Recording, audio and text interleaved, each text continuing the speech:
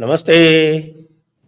आप सभी का स्वागत है आज के इस कार्यक्रम में। हमारे साथ जुड़ चुके हैं अनुपम मिश्रा जी और हम बात करेंगे सामूहिक महत्व के विषयों पर। आप सभी से अनुरोध है कृपया चैनल को सब्सक्राइब कर लें, वीडियो को लाइक कर लें, बेल आइकॉन भी दबा लें। तो अनुपम जी, धनखड़ जी खेत रहे, क्या कहेंगे आप? धनखड़ जी खेल रहे थे तो फिर खेत भी रहे। तो अब भाई खेल की बातें तो बहुत हो रही हैं, लेकिन आपके सोर्सेस क्या कहते हैं? देखें, जब मैंने प्रधानमंत्री नरेंद्र मोदी का ट्वीट देखा जिसमें उन्होंने धनखड़ जी को एक दो लाइन में विदाई दी, तो मुझे लगा वो अननेसेसरली हार्श है, बड़ा रूखा ट्वीट है। मैंने ये भी नोटिस किया कि हमारी राष्ट्रपति महोदया, जो कि हर तरह से बहुत ही शालीन है, उन्होंने धनखड़ जी के बारे में कोई ट्वीट नहीं किया। मैंने ये भी देखा कि भारतीय जनता पार्टी ने कोई ट्वीट नहीं किया, अमित शाह ने नहीं किया, किसी ने नहीं किया। तो मुझको पहले तो मैंने एक ट्वीट किया, मैंने कहा साहब ये राजनीतिक अहंकार है वगैरह वगैरह, लेकिन वो एक नीजक रिएक्शन था। फिर एक पत्रकारिता का एक सिद्धांत है कि साहब आपको सिक्के के दोनों पहलू देखने चाहिए, हमेशा पता करना चाहिए कि दूसरी तरफ भी क्या मामला है। तो दूसरी तरफ देखा तो फिर सब नजर आया कि साहब सरकार लोकसभा में यशवंत वर्मा का रिमूवल प्रस्ताव ला रही है और आपने राज्यसभा में बिना बताए विपक्ष का प्रपोजल स्वीकार कर लिया। आपने खड़गे साहब, अब एक बार सरकार ने तय कर दिया कि साहब लोकसभा और राज्यसभा दोनों में ऑपरेशन सिंदूर पे 16-16 घंटे बहस होगी। उसके बाद भी आपने खड़गे साहब को बर्थडे गिफ्ट दे दिया, अनशेड्यूल्ड दे दिया। उनका नंबर नहीं था, उनका मौका नहीं था, उनका नाम नहीं था, फिर भी आपने कहा बोलिए साहब आपका जन्मदिन है। वो ऑपरेशन सिंदूर में बोलना शुरू कर दिया उन्होंने। जिस तरह इनकी मुलाकातें हो रही थी लगातार, अब ये भी थोड़ा दुर्भाग्य कि जिस विपक्ष ने आपको भारत का पहला उपराष्ट्रपति बनाया जिसके खिलाफ नो कॉन्फिडेंस मोशन आया, आप उसी विपक्ष से पींगे बढ़ा रहे थे। और अच्छा, इन सब की जो शुरुआत हुई है बड़ी मामूली बातों में हुई, प्रोटोकॉल संबंधी बातों पे, गाड़ी संबंधी बातों पे, फैमिली के प्रोटोकॉल को। धनखड़ साहब का ये भी कहना था कि तमाम जितनी विज्ञप्तियां जाती हैं, जितने विज्ञापन जाते हैं, उसमें राष्ट्रपति और प्रधानमंत्री का फोटो होता है, बीच में मेरा भी होना चाहिए। तो ये छोटी छोटी चीजें, जबकि भाई आपके पास तो अपना पूरा राज्यसभा टीवी है ना, आप उसको अपने हिसाब से चलाइए। तो राज्यसभा टीवी नहीं रहा ना, वो संसद टीवी हो गया। संसद टीवी। तो अब मतलब ये बड़ी छोटी छोटी बचकानी चीजें थी, लेकिन बात छोटे से शुरू हुई और बढ़ती चली गई, बिगड़ती चली गई। और एक आखिरी बात ये कि देखें, जब आप संवैधानिक पद पे होते हैं तो कुछ आपके ऊपर मर्यादाएं और कुछ बाध्यताएं भी आती हैं। फॉर एग्जाम्पल, राष्ट्रपति महोदया ने सरकार की तरफ से 14 सवाल सुप्रीम कोर्ट से पूछे। अब उसके लिए ये करना राष्ट्रपति का हक था, राष्ट्रपति का अधिकार था। उन्होंने 145 है ना आपका संवैधानिक अधिकार था, उन्होंने उस अधिकार का प्रयोग किया और सुप्रीम कोर्ट अब उसके लिए संवैधानिक बेंच बना रही है।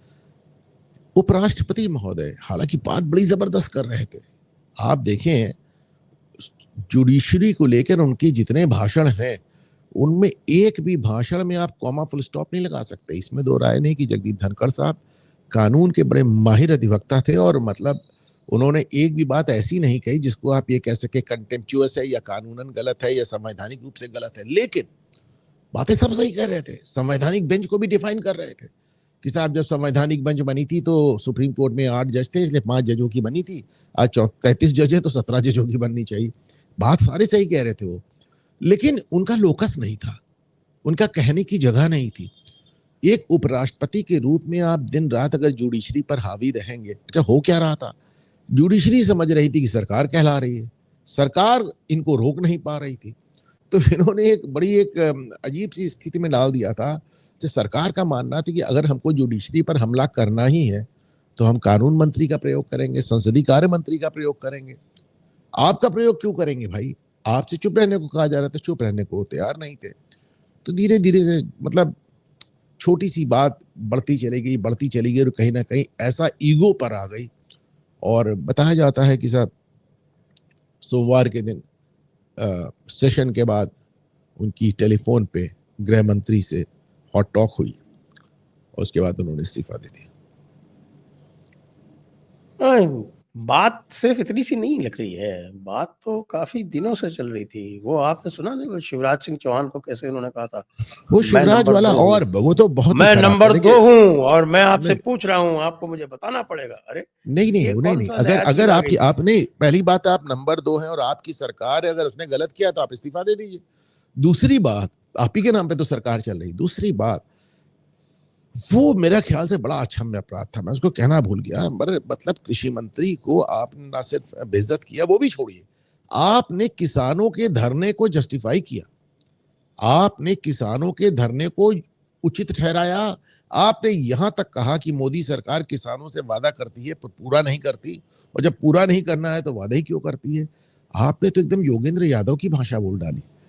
तो वो तो अपने आप में मेरे ख्याल से बहुत बड़ी लक्ष्मण रेखा पार की गई थी। और ये जो बात है, ये सुन रहे हैं कि प्राइवेट कॉन्वर्सेशंस में भी लगातार हो रही थी कि साहब मेरे को छोटा जहाज क्यों दिया जाता है विदेश यात्रा के लिए? वही मैंने कहा ना कि वो एक मुझे छोटे छोटे मैं प्रोटोकॉल प्रोटोकॉल प्रधानमंत्री की से बात बड़ा है। हूँ। लगातार यही था, मैं प्रधानमंत्री से बड़ा हूँ। प्रधानमंत्री से बड़े कौन कैसे हो सकते हो भाई? चीफ एग्जीक्यूटिव है और सबको वो पता शायद है कि वो प्रेसिडेंट और शायद वाइस प्रेसिडेंट फिगर हेड होते हैं। ये वो शायद संविधान की लंबा होने की किताबों में बात हम लोग पढ़ते हैं। वो शायद पीएम से लंबा होने की बात कह रहे होंगे।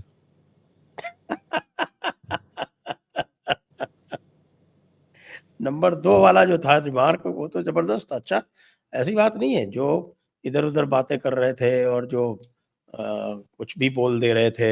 हमने सभी को देखा है, आज तक के किसी भी वाइस प्रेसिडेंट ने इस तरह से जाके पब्लिक में बातें नहीं की हैं। नहीं, एक बात भैरव सिंह और भी देखिए शेखावत जी ने भी सामने नहीं देख की है, जो कि मास लीडर थे। नहीं, किसी ने नहीं की है। मैं एक बात और कहना है, बल्कि कल्याण सिंह ने जब भाजपा छोड़ दी थी तो भी उन्होंने ऐसी बातें नहीं कही थी। सुनिए, एक बात और आप देखें कि जहां तक इनका सवाल है धनखड़ साहब का, आप इतने लोग रहे, भाजपा ने आज तक सबको बर्दाश्त किया। उन्होंने 2 साल से ज्यादा समय सतपाल मलिक को गवर्नर पद पे बर्दाश्त किया। वो चाहते तो 1 मिनट में हटा देते। वो गवर्नर पद पे बैठ के मोदी को गाली देते रहे, झूठ बोलते रहे, फिर ये भी कहते रहे मैं झूठ बोल रहा हूँ, और वो तमाम बातें कहते रहे, पर उन्होंने सतपाल मलिक के खिलाफ कार्रवाई नहीं की। उन्होंने यशवंत सिन्हा के खिलाफ कार्रवाई नहीं की, उन्होंने शत्रुघ्न सिन्हा के खिलाफ कार्रवाई नहीं की, उन्होंने सुब्रमण्यम स्वामी के खिलाफ कार्रवाई नहीं की। तो जब उन्होंने किसी के खिलाफ कार्रवाई नहीं की, तो ये तो एक बात साबित हुई कि मोदी सरकार का एक तरीका है असंतुष्ट लोगों से डील करने का। वो उनको एक लंबी रोप देते हैं और खुद कार्रवाई नहीं देते। अगर इनको बात यहां तक पहुंच गई है कि इस्तीफा देना पड़ा, तो फिर आप मान के चलिए कि इन्होंने कई लक्ष्मण रेखाएं लांग ली। बताते हैं कि कई मंत्रियों ने इनसे मिलके और बात भी की, साहब ये ऐसा आप मत करें, ये उचित नहीं है और इससे सरकार की बड़ी किरकिरी होती है। तब वो हर बार उन्होंने यही कहा कि मैं नंबर 2 हूँ, मैं वो सरकार में नंबर 2 हूँ। अब एक ये बड़ी प्रॉब्लम होती है, ये मैंने और भी कई जगह देखा है कि वो जो ऑर्डर ऑफ प्रेसिडेंस है प्रोटोकॉल के लिए, that is only for protocol purposes. Order of precedence जो है वो नोटिफाइड है होम मिनिस्ट्री का, it is only for protocol purposes. उससे किसी और भी तरह की शक्तियां तय नहीं होती। वो प्रोटोकॉल है सिर्फ मतलब ऑफिशियल मौकों पे कौन आगे चलेगा, कौन पहले, हाँ, कौन कहाँ बैठेगा, हाँ, कौन कहाँ एग्जैक्टली, खड़ा होगा, एग्जैक्टली। इससे ज्यादा उसकी कोई हैसियत नहीं है। मुझे याद आता है कि बड़ी एक मजेदार घटना हुई थी कि शायद असेंबली की बात है कि वहाँ पे कोई मंत्री जी जो थे वो खड़े होके बोल रहे थे, वो बता रहे थे कि देखिए आप एमएलए का जो प्रोटोकॉल है वो चीफ सेक्रेटरी से ऊपर है।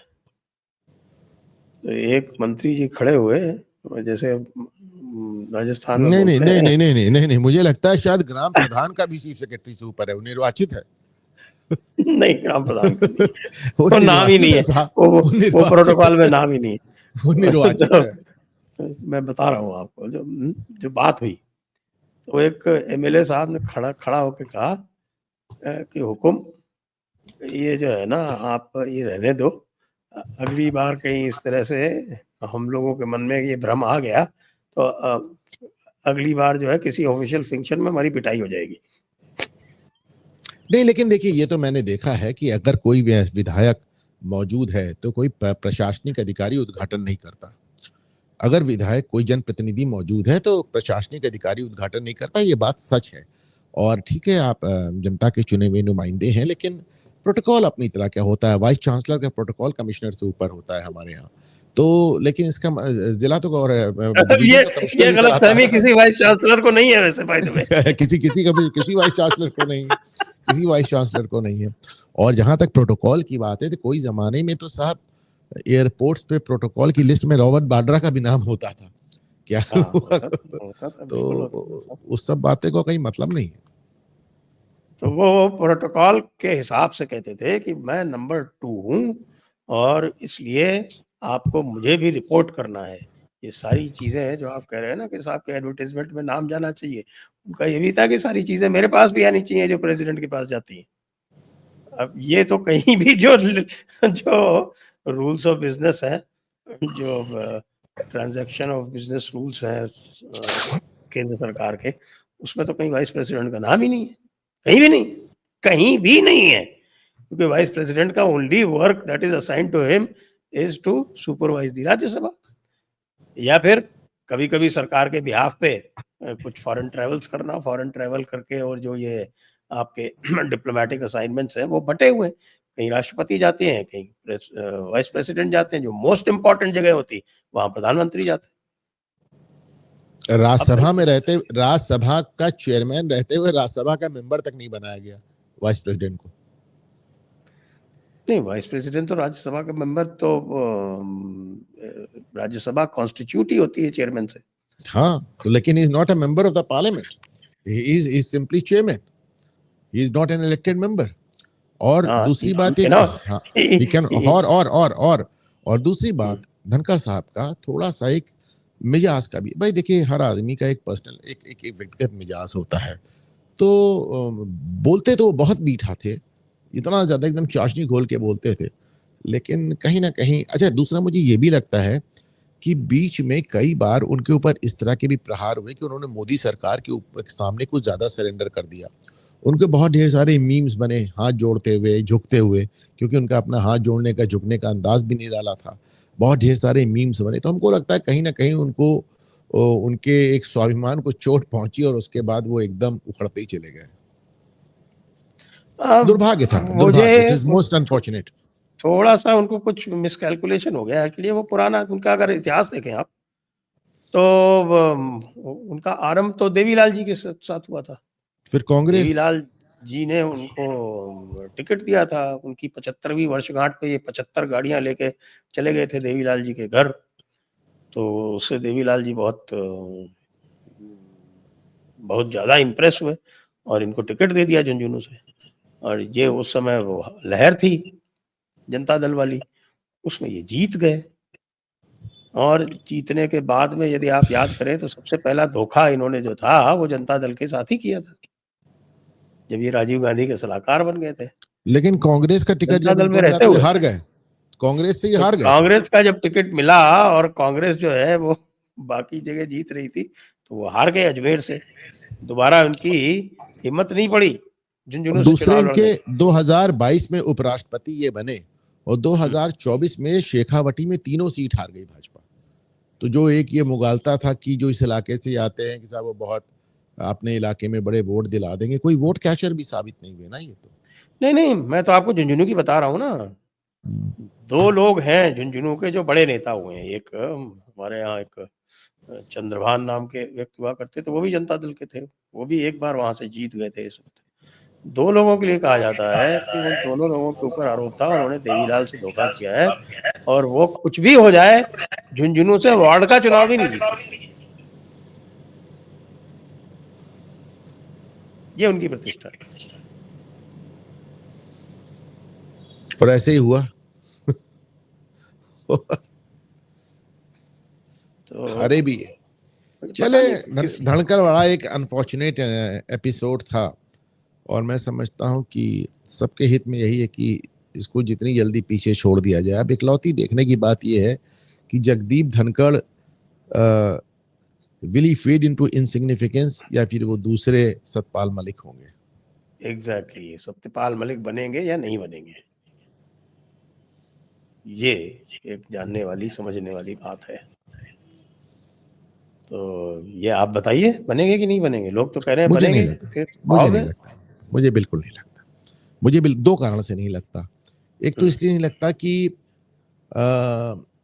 ये इतना ज्यादा कमिट हो चुके हैं मोदी सरकार के लिए कि इनके लिए वापस जाना बड़ा मुश्किल होगा। और दूसरी बात, सतपाल मलिक का हश्र भी तो देखा है उन्होंने, और अभी बहुत पुरानी बात नहीं है। सतपाल मलिक का हश्र अभी बहुत कुछ ही दिन पहले उन्होंने देखा है।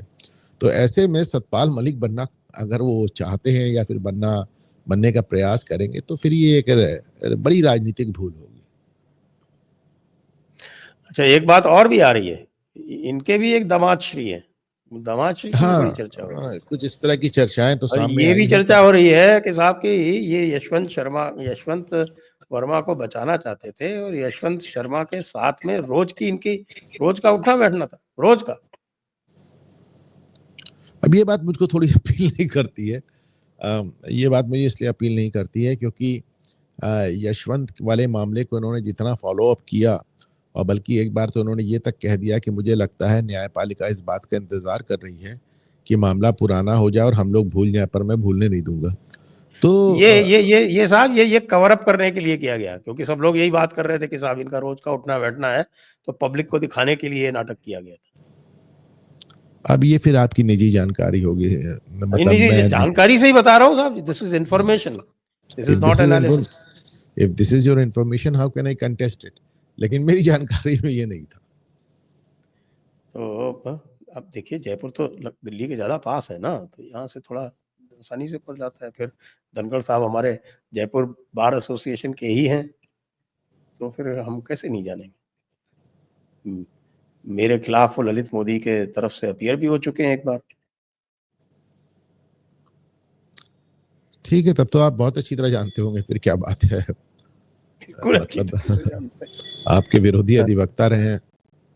लगता है रहे हैं, लेकिन बात हमेशा मीठी करते थे, ये बात मैं कहूँगा। भले ही मीठी भी मेरे करते विरोध थे, में और खड़े कानून हुए पे थे, अच्छी लेकिन पकड़ थी। बहुत नहीं, कानून पे अच्छी पकड़ थी। ही हैड अ गुड बात हमेशा अंडरस्टैंडिंग मीठी ऑफ लॉ। करते थे। तो एक तो ये साहब, और ये दूसरा ये बिहार का क्या मामला चल रहा है? एसआईआर को लेके जो है वो कुछ ज्यादा ही मुखर हो गए।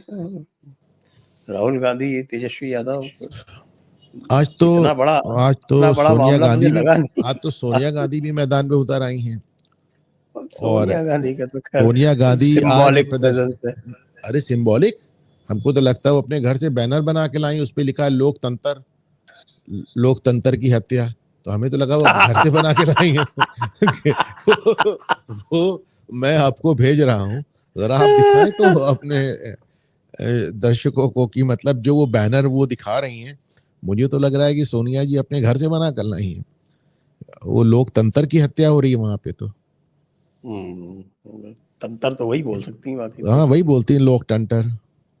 तो मुझे, या अगर वो नहीं घर से बना के लाई हैं तो फिर बाकी विपक्षी दल उनसे मजे ले रहे हैं, फिर मैं क्या कर सकता हूँ इस वैसे तरह का। टेक्निकली सही है, क्योंकि ता के नीचे हलंत लगा हुआ है, तो फिर तरह हो गया वो। आप पढ़ लीजिए, फिर बताइए टेक्निकली सही है गलत है, मैं भेज रहा हूँ आपको नहीं, तत्काल। मेरे सामने खुला हुआ है। खोला हुआ है तो फिर दिखाएं सर। तो खुला हुआ है, उस पर लोक तंत्र जो नहीं है, तंत्र नहीं है, ता के नीचे हलंत है, तो तरह हो गया फिर तो। चलिए, पर ऐसे लोकतंत्र लिखा हुआ, ऐसे लोकतंत्र पे ऐसे लिखा हुआ पहले कभी देखा नहीं, सिवाय इनको बोलते सुना है लोकतंत्र। तो देखिए, भेज दिया मैंने आपको। ओंकार जी ने उस पर कमेंट भी किया है, लोकतंत्र तक ठीक नहीं रखा, पोस्टर पे चले हैं लोकतंत्र की बात कर रहे हैं। हाँ, मतलब और रही दूसरी बात ये है कि बड़ी एक अजीब सी बात है, मतलब किस चीज का विरोध हो रहा है। चुनाव आयोग बता रहा है भाई इतने लाख लोग मर गए, क्या नहीं नाम नहीं हटाओ। क्या इतने लाख लोग पलायन कर गए, क्या नाम नहीं हटाओ। कि इतने लाख लोग दूसरे प्रदेशों में वोट कर रहे हैं, क्या नाम नहीं हटाओ। तो किस बात का विरोध हो रहा है, मेरी तो समझ के बाहर है। लेकिन ये वैसे ही विरोध है कि पार्लियामेंट से उठ के भागो फिर कह दो हमको बोलने नहीं दिया। तो आप अब तो तेजस्वी यादव ये भी कह रहे हैं कि हम चुनाव ही नहीं लड़ेंगे। क्या फर्जी वोटों के सहारे बैठे हुए थे कि फर्जी वोट कट जाएंगे तो तुम चुनाव ही नहीं लड़ोगे? एक बड़ी इंटरेस्टिंग एक और भी जानकारी आई है, तो ये है कि जब इनका हुआ था 2003 में स्पेशल इंटेंसिव रिवीजन, तो उसके तुरंत बाद जो चुनाव हुए थे, पहले चुनाव 2005 वाले, जिसमें पहली बार नीतीश जी चुन के आए थे, बने थे वो मुख्यमंत्री। तो उसके पहले जो एवरेज आ रहा था असेंबली चुनाव में, वो 60% से ऊपर आ रहा था। और ये स्पेशल इंटेंसिव रिवीजन हुआ और 2005 में 45% रह गया। 15% का, बल्कि 17% का ड्रॉप हुआ था पिछले इलेक्शन से। तो ये कुछ कहता है क्या? ये कहता है कि जब जितनी बार रिवीजन होगा उतनी बार इस तरह की गड़बड़ियां पकड़ी जाएंगी, और जब तक वो रिवीजन करने वाला नवीन चावला ही ना हो तब तक ऐसे लोगों को हटाया भी जाएगा। और नीतीश कुमार जो जीते हैं, अब दिख रहा है कि नीतीश कुमार मतलब ये एनडीए जो जीती है 2005 में, उसमें इस स्पेशल रिवीजन का बड़ा प्रभाव था। अब इसमें अंतर, उस स्पेशल रिवीजन में और इस स्पेशल रिवीजन में अंतर केवल इतना ही है कि उसमें जो है वो जो एन्यूमरेटर्स थे वो घर-घर जाके उन्होंने सर्वे किया था। इसमें उन्होंने सबको फॉर्म दिए हैं, वो फॉर्म भर के लोगों को देने हैं। अब ये तो इतना बड़ा अंतर नहीं हो गया जिसके लिए इतना बड़ा आंदोलन किया जाए। भाई 31 दिन में पिछली बार भी हुआ था, 31 या 35 दिनों में, इस बार 35 दिन में हो रहा है, पिछली बार 31 दिन में हुआ था। देखिए पिछली ये बार एक बड़ी, टेक्नोलॉजी नहीं थी, इस बार टेक्नोलॉजी है। हाँ बताइए, टेक्नोलॉजी है और समय भी ज्यादा है। और दूसरी बात, एक बात बहुत क्लियर नजर आ रही है अभी तक, एक देखिए एक नैरेटिव बनता है। नैरेटिव कुछ इस तरह बन गया जिससे लगने लगा कि साहब बड़ी कांटे की लड़ाई है, बड़ा कांटे की लड़ाई है, और जरा सा चूक हुई तो भाजपा हार जाएगी और तेजस्वी यादव मुख्यमंत्री हो जाएंगे। पर जैसे जैसे चीजें सामने आ रही हैं, ऐसा लग रहा है कि लोग तेजस्वी के लिए बिहार में बिल्कुल तैयार नहीं, बिल्कुल तैयार नहीं। अभी जैसे वो एक प्रशांत किशोर कहते हैं पूरे बिहार में चीफ सेक्रेटरी से लेके चपरासी तक संविदा कर्मी मिला के 22 लाख लोग हैं सरकारी नौकर, और कहते हैं मैंने 5 लाख 10 लाख नौकरी दे दी। तो मतलब एकदम पागल जैसी बात हो गई ना ये तो कहते हैं कि भाई अपना नंबर आप दिखा दीजिए, मैं अपना जनसुराज वापस ले लूंगा। तो हकीकत ये है कि लोग, जिस तरह इन्होंने एक नैरेटिव बनाया कि बड़ी कांटे की लड़ाई है, उसी तरह भाजपा भी एक नैरेटिव बनाने में कामयाब रही कि तेजस्वी यादव को वापस लाना, जंगल राज को वापस लाना है। और इसके चलते मुझे तो अब काफी एक मामला एकदम वन साइडेड अफेयर नजर आ रहा है। ये बात तेजस्वी यादव को भी समझ में आ रही है। तो जिस तरह राहुल गांधी संसद से भाग के बाहर कहते हैं मुझे बोलने नहीं दिया गया, कुछ उसी तरह की बात इस समय तेजस्वी यादव कर रहे हैं, क्योंकि तेजस्वी यादव, अच्छा दूसरी बात, एक भूमिका भी हर चुनाव के पहले चिल्लाना शुरू कर दो कि चुनाव चोरी हो रहा है। जीत गए तो वाह वाह, हमने चुनाव आयोग को भी पटक दिया, हम तब भी जीत गए, हार गए तो चुनाव आयोग डकैत है। तो साहब बड़ा स्टैंडर्ड एक प्रोसीजर हो गया है। राहुल गांधी चिल्ला चिल्ला के कह रहे हैं हम कर्नाटक में ब्लैक एंड व्हाइट में दिखा देंगे चुनाव आयोग की चोरी। अरे कर्नाटक में तो तुम ही जीते हो यार।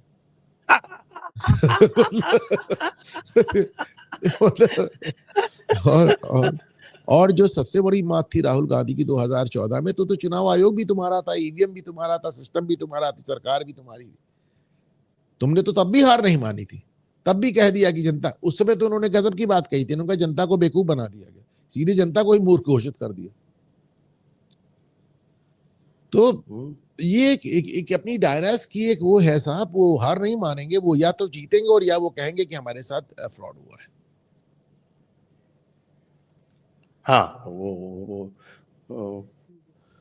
देश तो उनके नाम ही लिख के गए थे ना अंग्रेज, तो वो कैसे मान लेंगे? बिल्कुल सही बात है। अच्छा, एक और इसमें जो है ना, वो जो चीजें आ रही हैं, क्योंकि एक जो बाध्यता है एक्ट में, तो उसके अनुसार वोटर वही हो सकते हैं जो कि सिटीजन ऑफ इंडिया हो, 18 साल से ऊपर हो और ऑर्डिनरीली रेजिडेंट हो। वो जो ऑर्डिनरीली रेजिडेंट है वो अच्छी तरह से डिफाइंड है, उसमें अगर लोग परमानेंटली शिफ्ट हो गए हैं तो फिर उनको, और दूसरी जगह पे ही ऑर्डिनरी रेजिडेंस है, माइग्रेंट्स के लिए थोड़ी सी म्यूट कर दीजिए आपकी तरफ का, इको आ रही है। तो जो लोग ऑर्डिनरीली रेजिडेंट हैं उनका वो ये बिल्कुल स्पष्ट है, इसके फैसले भी हैं। तो समस्या क्या हो रही है, इनको क्या चाहते हैं? वो कह रहे हैं कि साहब माइनॉरिटीज को तंग किया जा रहा है। वो चाहते हैं चुनाव जीतना, वो चाहते हैं मुख्यमंत्री बनना, प्रधानमंत्री बनना। अब तरीका क्या है आप ही सोच के बताएं, इससे नीचे उनकी बात बनती नहीं, इसके अलावा कुछ उन्हें स्वीकार नहीं। देखिए बड़ी अजीब सी बात है, उसमें सुप्रीम कोर्ट पूछ रहा था कि साहब नागरिकता तय करना तो गृह मंत्रालय का काम है, तुम कैसे देख रहे हो? जैसे चुनाव आयोग ने कहा साहब क्या बात कर रहे हैं, हमारा मैंडेट कहता है कि हम सिर्फ नागरिकों को वोट देने दें। उसका सुप्रीम कोर्ट भी चुप हो गया। लेकिन उसमें भी उन्होंने थोड़ी बहुत दखलंदाजी, अच्छा आधार कार्ड ले लो, कंसिडर कर लो, नहीं करना तो कारण बता देना, ये सब अपना कह दिया। हकीकत ये है कि साहब 13-14 बार ये कार्रवाई हो चुकी है और 14 बार में से 12 बार कांग्रेस रिजीम में हुई है। तो ऐसी कौन सी नई बात हो रही है साहब? ऐसा कौन सा नया काम हो रहा है? कह रहे हैं कि बहुत कम समय में कर रहे हैं, तो लोग कह रहे हैं इस बार तो 35 दिन मिले हैं टेक्नोलॉजी के साथ, पिछली बार 31 दिन मिले थे जबकि घर घर गए थे। जब हम 31 दिन में घर घर जाके कर सकते हैं, टेक्नोलॉजी के साथ 35 दिन में क्यों नहीं कर सकते? ये बात किससे छुपी हुई है कि बिहार में, बंगाल में, असम में बड़ी संख्या में घुसपैठिए आ चुके हैं। सुप्रीम कोर्ट खुद इस बात को कई बार कह चुकी है कि घुसपैठियों की समस्या गंभीर है, खुद सुप्रीम कोर्ट इस बात को स्वीकार कर चुकी है। लेकिन दिक्कत कहां आती? दिक्कत यह आती है कि जो ममता बनर्जी घुसपैठियों का विरोध करके सत्ता में आई थी, आज वो डंके की चोट पे कहती है घुसपैठ का स्वागत है। घुसपैठियों का विरोध करके वो मैडम सत्ता में आई थी और आज वो कहती है घुसपैठियों का स्वागत है। इस बार में ममता बनर्जी का मुझे एक वो बयान बड़ा अच्छा लगा, मुझे समझ में नहीं आया कि वायरल क्यों नहीं हुआ। मैंने उसको ट्विटर पे शेयर भी किया था, जिसमें वो कह रही थी मुसलमान हमारा वोट बैंक है, दुधारू गाय है, मैं उसकी 4 लात खाने को तैयार हूं। तो मतलब इतना स्पष्ट तो मैंने आज तक किसी को बोलता ही नहीं देखा। नहीं, वो तो कुछ भी कह देती है, वो तो कहती है कि आप सबको गरीब ही रहना चाहिए। और सबको मालूम है कि साहब बिहार से बात असम जाएगी, बंगाल जाएगी, पूरे देश में जाएगी, जम्मू जाएगी, दिल्ली जाएगी, इसलिए सब घबराए हुए हैं। सबको मालूम है कि कहाँ कितनी दिक्कत आने वाली है। तो कम से कम एक चीज और भी है, इतना हल्ला मचाओ, इतना हल्ला मचाओ कि चुनाव आयोग इतना बैकफुट पे रहे कि बहुत नुकसान ना कर पाए। मुझे लगता है हल्ला मचाने के पीछे एक उद्देश्य ये भी है कि बहुत नुकसान ना हो पाए। अब देखिए चुनाव आयोग ने जब से SIR शुरू किया है, उसने भी कई बार रुख बदला है। अब कह रहा है कि भाई 2003 में अगर आपका नाम है तो आपको कोई डॉक्यूमेंट देने की जरूरत नहीं, कोई डॉक्यूमेंट देने की जरूरत नहीं। आपने चुनाव आयोग को बैकफुट पे तो डाल ही रखा है, इसमें दो राय नहीं। तो अब वो मैक्सिमम हुआ ही 2003 के बाद है, तो 2003 का असली घुसपैठ तो उसके बाद ही हुई है। अब वो जो आंकड़े दे रहे हैं 71 लाख हटाए हैं, नहीं आप देखें जरा से, मतलब मेरी समझ के बाहर है। एक IAS अधिकारी जो भारत सरकार में सचिव रहा हो, प्रसार भारती का अध्यक्ष रहा हो, पूरी दुनिया में घूम घूम के पढ़ाई की हो, कलकत्ता से लेके विदेश तक, जवाहर सरकार कहता है कि मेरे पास तो मेरी डेट ऑफ बर्थ का कोई सर्टिफिकेट नहीं है, तो मैं क्या नागरिक नहीं हूं? अरे तुम्हारे पास सर्टिफिकेट नहीं तो तुम्हारा IAS में कैसे हुआ?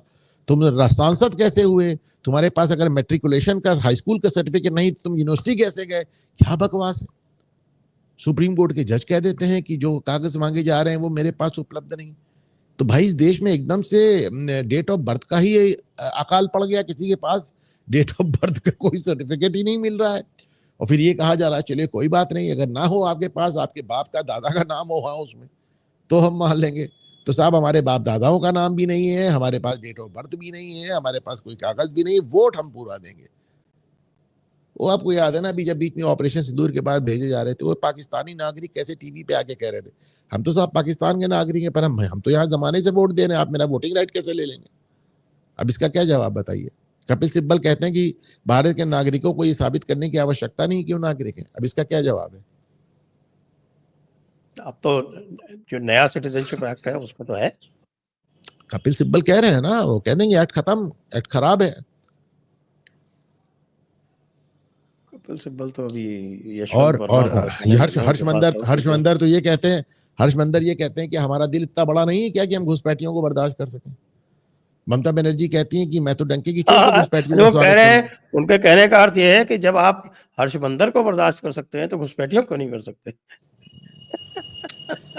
मतलब बहुत रियली डिस्गस्टिंग। मैं जवाहर सरकार और मंदर जैसे लोगों से बहुत ही डिस्गस्टेड हूँ।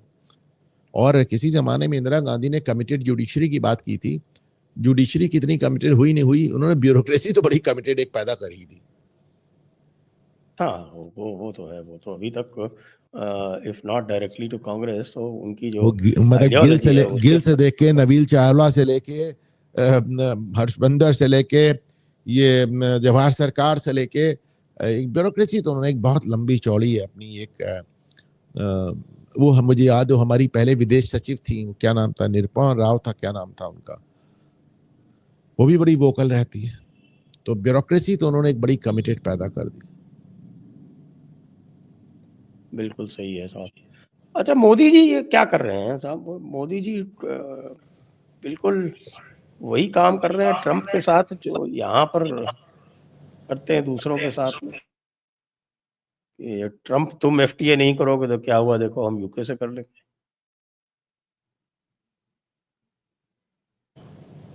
देखिए, मोदी गए हैं इंग्लैंड, और इसके पहले इंग्लैंड जर्मनी के साथ एक समझौता करा है उसने।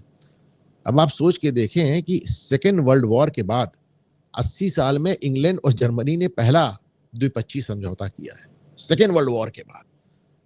कितनी बड़ी बात है। ये सब ट्रंप का डर है। ट्रंप के डर से अब सारे देश आपस में गलबहिए मिला रहे हैं। इंग्लैंड फ्रांस के साथ समझौता कर रहा है, इंग्लैंड यूरोपियन यूनियन के तमाम कंट्री से समझौता कर रहा है। अब वो हमारे साथ टैरिफ फ्री एक सेटलमेंट कर रहा है, एग्रीमेंट कर रहा है। तो ये सारी चीजें हैं डोनाल्ड ट्रंप को ये बताने के लिए। डोनाल्ड ट्रंप को बताने का तरीका है कि भैया तुम पूरी दुनिया से एक साथ नहीं लड़ सकते हो। डोनाल्ड ट्रंप भी देखें आप, 25 बार उन्होंने कहा मैंने सीज फायर कराया। एक पागल आदमी भी इतनी बार नहीं कहेगा। लोग कहते हैं नोबेल, नहीं मेरी बात सुने, क्यों कह रहे हैं वो, सुनिए इसको। लोग कहते हैं नोबेल के लिए, क्या 25 बार 30 बार 50 बार कहने से किसी को नोबेल मिलता है? अरे नहीं भाई।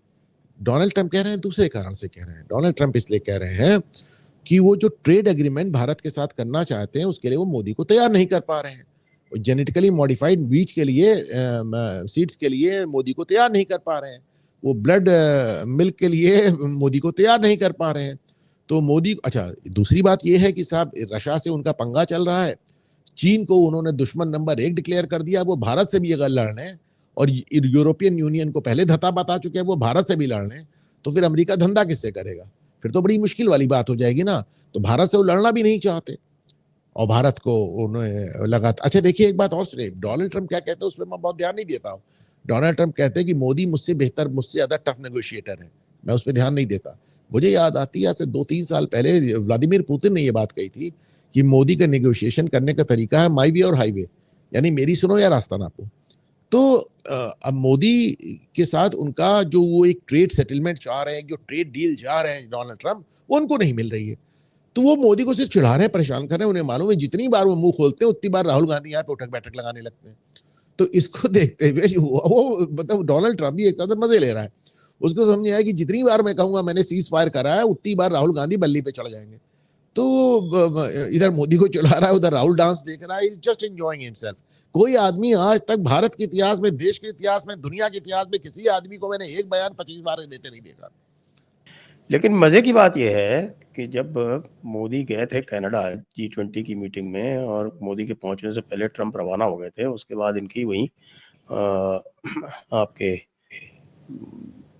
जहां इनकी मीटिंग थी वहां से जब बातचीत हुई तो मोदी ने साफ कह दिया ट्रंप को कि भाई तुम्हारा कोई लेना देना नहीं है, ट्रेड के बारे में कोई बात नहीं हुई, तुमसे कोई बात नहीं हुई, जेडी वैंस से बात हुई थी, तुम्हारा इससे कोई लेना देना नहीं है, जो कुछ भी हुआ पाकिस्तान हमारे बीच में हुआ, उसका एक बार भी ऑफिशियल रीड आउट जारी किया भारत ने, उसका एक बार भी ना ट्रंप ने, ना यूएसए के किसी ऑफिशियल स्पोक्समैन ने, ना उनकी ऑफिशियल सिस्टम ने खंडन किया, आज तक नहीं किया।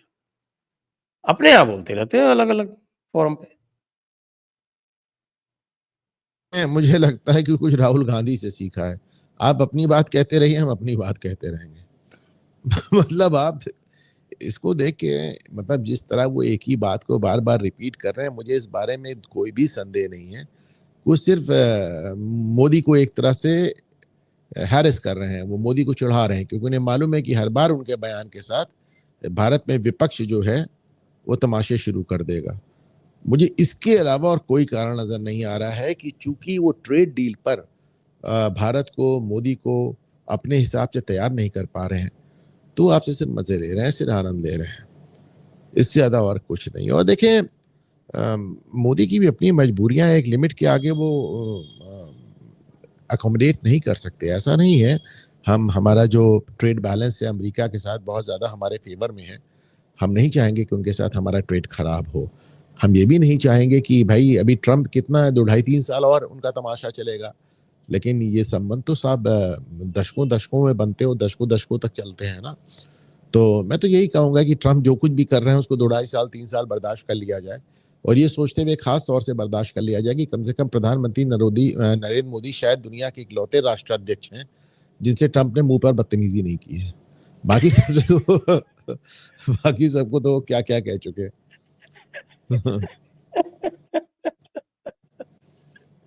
हाँ, ये तो बात है, ये तो बात है निश्चित रूप से।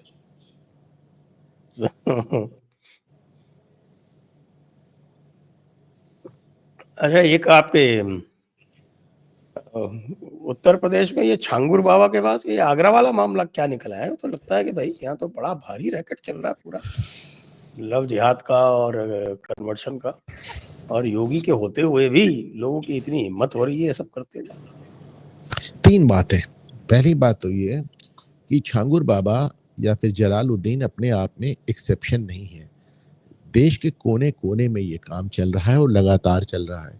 दूसरी बात, योगी है इसलिए पकड़ में आ गई। तीसरी बात, योगी के रहते हुए 8 साल से, आगे भाई योगी को आए 8 साल हो गया, अगर योगी की नाक के नीचे 8 साल से ये काम चल रहा था, तो ये सिर्फ एक चीज दिखाता है कि ये एक अकेले आदमी की लड़ाई सिस्टम के खिलाफ है। ब्यूरोक्रेसी वही है जो थी, पुलिस वही है जो थी, नौकरशाही वही है जो थी, सिस्टम व्यवस्था सब कुछ वही है जो पहले भी था। ये अकेले योगी की लड़ाई है पूरी सिस्टम, पूरी पूरी व्यवस्था के खिलाफ। हकीकत ये है कि ना पार्टी में, ना मंत्रिमंडल में, ना ब्यूरोक्रेसी में, ना पुलिस में, ना प्रशासन में, ना व्यवस्था में मुझे कहीं भी योगी की टक्कर का कमिटमेंट नजर नहीं आता। हाँ, ये बात तो सही है, लेकिन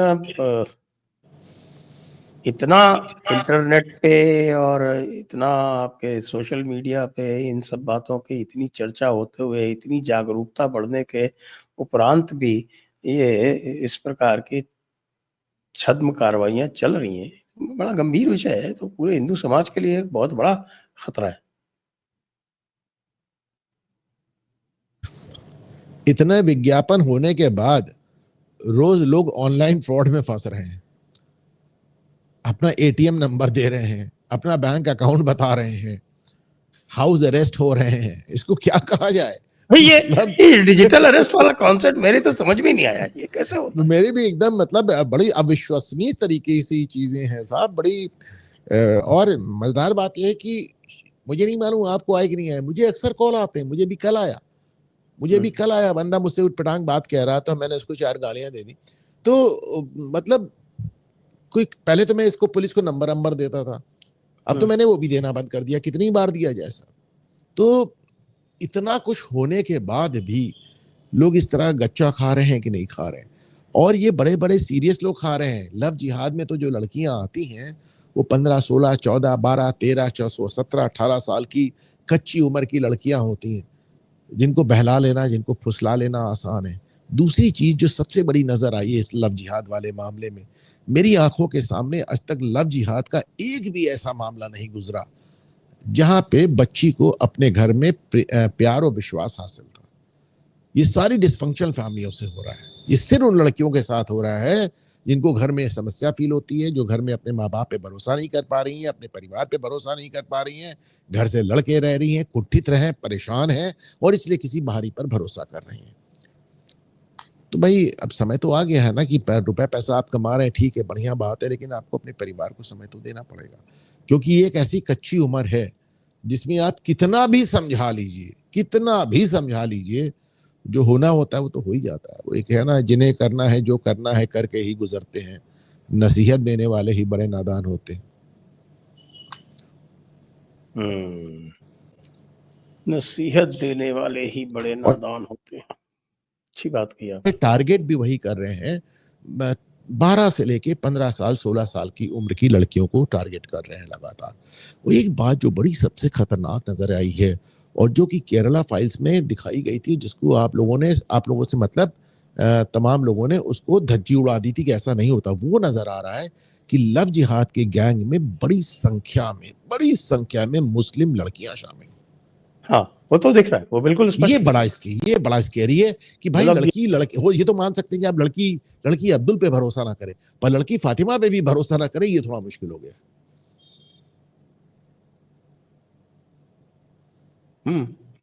तो इसको क्या कहेंगे? आपके तो यूपी काडर के वो इफ्तिखारुद्दीन साहब भी चिल्ला रहे थे, दाई बंद। इफ्तिखारुद्दीन वाला मामला फिर से सामने आ रहा है साहब।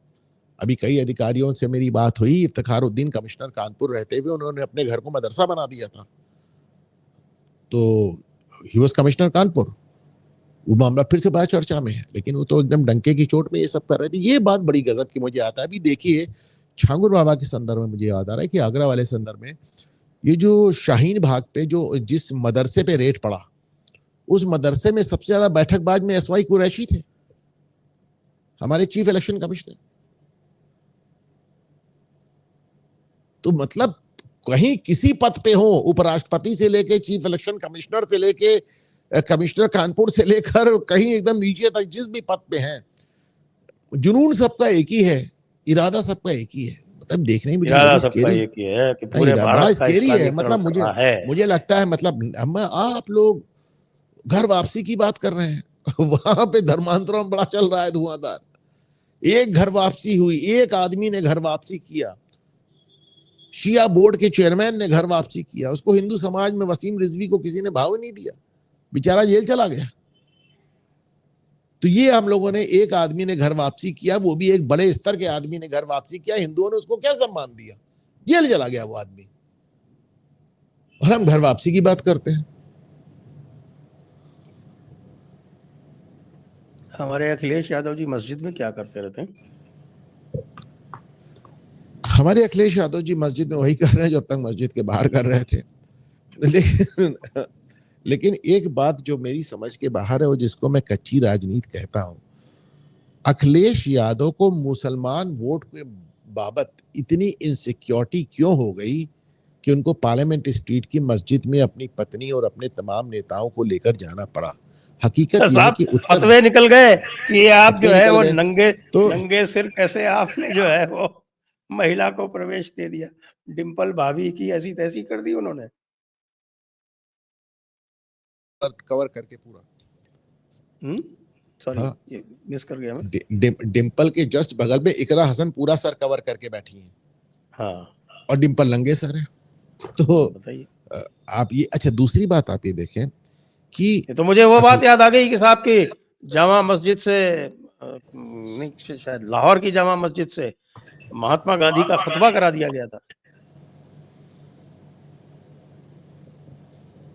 I am listening. तो उसके ऊपर भी बड़ा बवाल हुआ था, तो मुझे तो उसके बराबर का ये बराबर की घटना दिखती है ये। देखिए, अखिलेश यादव की इतनी इनसिक्योरिटी क्यों है, मेरा सवाल है। पूरा मुसलमान वोट सपा में जा रहा है। आज मुसलमान वोट के पास सपा के अलावा कोई विकल्प नहीं है। अखिलेश यादव इस बात से कब समझेंगे कि मुसलमान वोट को ना मुलायम सिंह यादव से कोई मोहब्बत थी, ना राहुल गांधी से, ना अखिलेश यादव से। उनकी इकलौता उनका वोट डालने का क्राइटेरिया कि भाजपा को कौन हराएगा। तो जो उनको भाजपा की टक्कर में नजर आएगा उसको वोट देंगे। पूरा वो सपा में जा रहा है। बहुजन समाज पार्टी जैसी पार्टी, नेशनल पार्टी, एक सीट पर सिमट गई, कांग्रेस एक सीट पर सिमट गई। और क्या चाहिए भाई, आपने पूरा मुस्लिम वोट गार्नर कर लिया। एक नगीना छोड़ के हर जगह आपको वोट मिला है। और इस बार नगीना का भी मुसलमान कह रहा है कि चंद्रशेखर रावण को गिला के हमको कुछ नहीं मिला, उनको जिता के इस बार हम भी सपा को जिताएंगे। तो माय पॉइंट इज, तुमको इतनी इनसिक्योरिटी क्यों है? इस तरह की हरकत कर रहे हो भाई, क्यों इस तरह की हरकत कर रहे हो? मुलायम सिंह से कुछ नहीं सीखे ये। मुलायम सिंह को कुछ तो नहीं सीखे। देखिए, मुलायम सिंह ने कई बार इस बात को साबित किया। आजम खान अपने आप को बहुत बड़ा मुसलमान नेता समझते थे। उन्होंने आजम खान के खिलाफ, उनकी इच्छा के खिलाफ रामपुर से जया प्रदा को लड़ा के आजम खान के विरोध में उसको जिता दिया। उन्होंने बता दिया कि मुसलमानों के नेता आजम खान नहीं, मुलायम सिंह यादव हैं। मुसलमान वोट इतना शार्प है, इतना इंटेलिजेंट है, इतना इंटेलिजेंट है कि बदरुद्दीन अजमल को हरा देता है 10.5 लाख वोट से। ये कह के कि मियां तुमको बहुत जिता दिया, कोई फायदा नहीं, कांग्रेस को जिताएंगे क्योंकि केंद्र में तो कांग्रेस ही भाजपा को रोक पाएगी। तो उनका इकलौता पर्पस है भाजपा को रोकना। आप सोचे, मतलब उन कुछ भी कहें, उनका फोकस, वो कहते ना, इंदिरा गांधी का नारा था, दूरदृष्टि पक्का इरादा कड़ी मेहनत, तो वो सब आपको इसमें नजर आ जाएगा।